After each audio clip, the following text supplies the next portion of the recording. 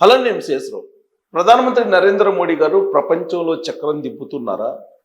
Ukraine Russia యుద్ధాన్ని ఆయన మాత్రమే ఆపగలరా?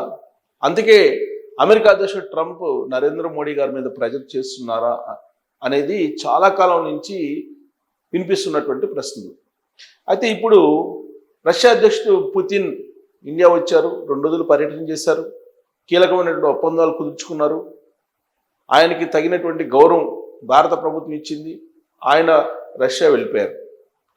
ఇప్పుడు నరేంద్ర మోడీ గారు ఏం చేయబోతున్నారు?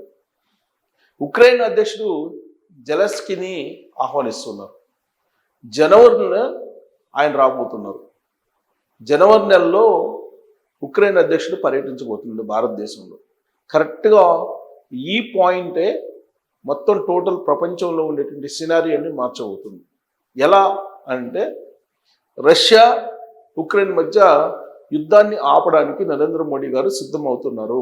దానికి సంబంధించి ఆల్రెడీ ఇప్పటికే పుతిన్ తోటి చర్చలు జరిపారు అనేది ఒకటి వినిపిస్తుంది. పైగా పుతిన్ వచ్చినటువంటి సందర్భంగా ఉమ్మడి ప్రెస్ మీట్లో మేము తటస్థం కాదు, మేము శాంతి వైపే అని చెప్పి నరేంద్ర మోడీ గారు క్లియర్ కట్గా చెప్పారు. అంటే జోక్యం ఉంటుంది. ఉక్రెయిన్ రష్యా యుద్ధం ఆపేదానికి ఖచ్చితంగా జోక్యం ఉంటుంది, ఇద్దరు కావాల్సినటువంటి వాళ్ళే అనేటువంటి విషయాన్ని ప్రధానమంత్రి నరేంద్ర మోడీ గారు పుతిన్ ఎదుటే చెప్పారు. మీరు తటస్థమా యుద్ధం విషయంలోనంటే కాదు, శాంతి వైపే మేము అని చెప్పి అంటున్నారు. అంటే యుద్ధాన్ని ఆపడానికి, శాంతి నెలకొల్పడానికి సిద్ధంగా ఉన్నాము అని చెప్పి ఆయన ఇండికేషన్స్ ఇచ్చారు. దాంట్లో భాగంగానే ఇప్పుడు ఉక్రెయిన్ అధ్యక్షుడిని ఆహ్వానించారు. జనవరిలో రాబోతున్నారు ఉక్రెయిన్ అధ్యక్షుడు జెలెన్స్కీ. ఆ తర్వాత మొత్తం టోటల్ సినారియో మారిపోబోతుంది.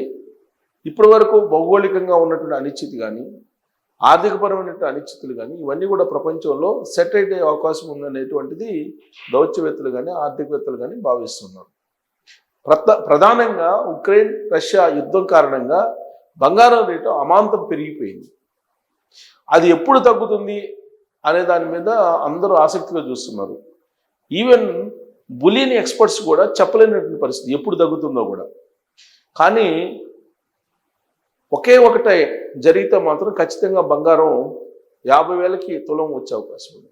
ఏంటి అదేనంటే, రష్యా ఉక్రెయిన్ మధ్య యుద్ధం కనుక ఆగిపోతే, ఆ తర్వాత ప్రశాంతమైన వాతావరణం ఏర్పడితే, అప్పుడు బంగారం తులం రేటు గతం ఎలా ఉందో గతంలో లాగా 50 నుంచి 60,000 మధ్య అలా వచ్చే అవకాశం ఉంది. 22 క్యారెట్ల బంగారం తులం అనేది బులియన్ ఎక్స్పర్ట్స్ ఎక్స్పెక్ట్ చేస్తున్నారు. అయితే ఉక్రెయిన్ రష్యా మధ్య యుద్ధం ఆగిపోదు అనేటువంటి అభిప్రాయమే ఎక్కువ మందిలో ఉంది.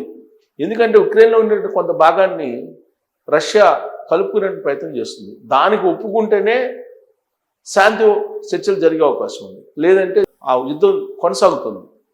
ఈవెన్ అమెరికా అధ్యక్షుడు ట్రంప్ వల్లే కాలేదు. ఎందుకంటే అలస్కాలో ట్రంప్ అలాగే పుతిన్ ఇద్దరు కలిశారు. అక్కడ కలిసి శాంతి చర్చలు ప్రయత్నం చేశారు, కానీ అవి ఫలించలేదు.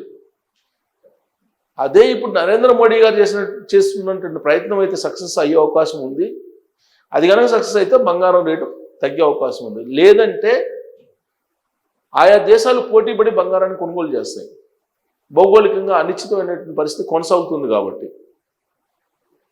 అన్ని దేశాలకు సంబంధించిన ఆర్బీఐలు పోటీపడి కొనుగోలు చేసే అవకాశం ఉంది. చైనా కొనుగోలు చేస్తుంది, భారత్ కొనుగోలు చేస్తుంది, మిగతా దేశాలు కూడా పోటీపడి కొనుగోలు చేసే అవకాశం ఉంది. డాలర్ రేటు ఇంకా పెరిగేటువంటి అవకాశం, బలపడేటువంటి అవకాశం ఉంది. డాలర్ రేటు బలపడటంతో పాటు రూపీ రేటు కనుక తగ్గితే అప్పుడు బంగారం రేటు మరింత తగ్గే అవకాశం ఉంది. అయితే ఇప్పుడు డాలర్ అనేది బలంగా ఉంది. వాణిజ్యేతరమైనటువంటి ఒప్పందాలని రష్యా భారత్ మధ్య కుదుర్చుకున్నారు. డాలరేతర వాణిజ్యానికి సంబంధించిన ఒప్పందాలు కుదుర్చుకున్నారు. అంటే అమెరికా డాలర్ తోటి సంబంధం లేకుండా రష్యా నుంచి ఏవైనా దిగుమతులు చేసుకుంటే భారత్ కరెన్సీ రూపీలోనే వాళ్ళకి అందజేస్తుంది. ఒకవేళ భారతదేశం అక్కడికి ఎగుమతి చేస్తే రష్యాకి వాళ్ళు వాళ్ళ కరెన్సీని ఇస్తారు, లేదంటే గోల్డ్ ట్రాన్స్ఫర్ చేస్తారు. రష్యాకి అపారమైనటువంటి బంగారు నిక్షేపాలు ఉన్నాయి. ఆ బంగారాన్ని భారత్కి ఇస్తుంది. అంటే ఎక్స్పోర్ట్ చేస్తే వస్తువులను ఉత్పత్తుల్ని భారతదేశం అక్కడి నుంచి బంగారం వచ్చే అవకాశం ఉంది.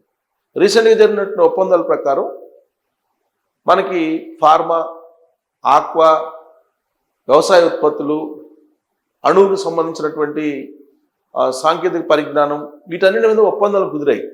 కాకపోతే మనం ఎక్స్పోర్ట్ చేసేది ఏంటంటే వ్యవసాయ ఉత్పత్తులు, ఫార్మా, ఆక్వా, అలాగే సాఫ్ట్వేర్ సంబంధించి. సాఫ్ట్వేర్ అంటే టెక్నాలజీ పరంగా రక్షణకు సంబంధించినటువంటివి రష్యా నుంచే మనకి భారతదేశానికి వస్తాయి.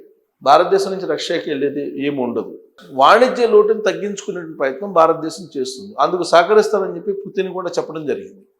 ఈ క్రమంలో డాలరేతర వాణిజ్యం పెరిగినప్పుడు డాలర్ రేటు తగ్గుతుంది అంతర్జాతీయంగా. దాని ఇండెక్స్ తగ్గే అవకాశం ఉంది. దాని ఇండెక్స్ తగ్గినప్పుడు బంగారం రేటు పెరుగుతుంది. దాని ఇండెక్స్ కనుక పెరిగితే బంగారం రేటు తగ్గుతుంది. సో వైస్ వర్సా ఉంటుంది. బంగారము డాలర్ పెరిగితే బంగారం తగ్గుతుంది, డాలర్ తగ్గితే బంగారం పెరుగుతుంది. ఇట్లా ఉంటుంది జనరల్గా మార్కెట్లో. కాకపోతే వాటికి భిన్నమైనటువంటి పరిస్థితులు ఇప్పుడు మనకు కనిపిస్తున్నాయి. కారణం ఏంటంటే వార్ ప్రభావం ఉంటుంది, అలాగే అమెరికా ఫెడ్ వడ్డీ రేట్లను తగ్గించేటువంటి ప్రభావం ఉంటుంది. ఇవన్నీ బంగారం ధర మీద ఆధారపడి ఉంటాయి.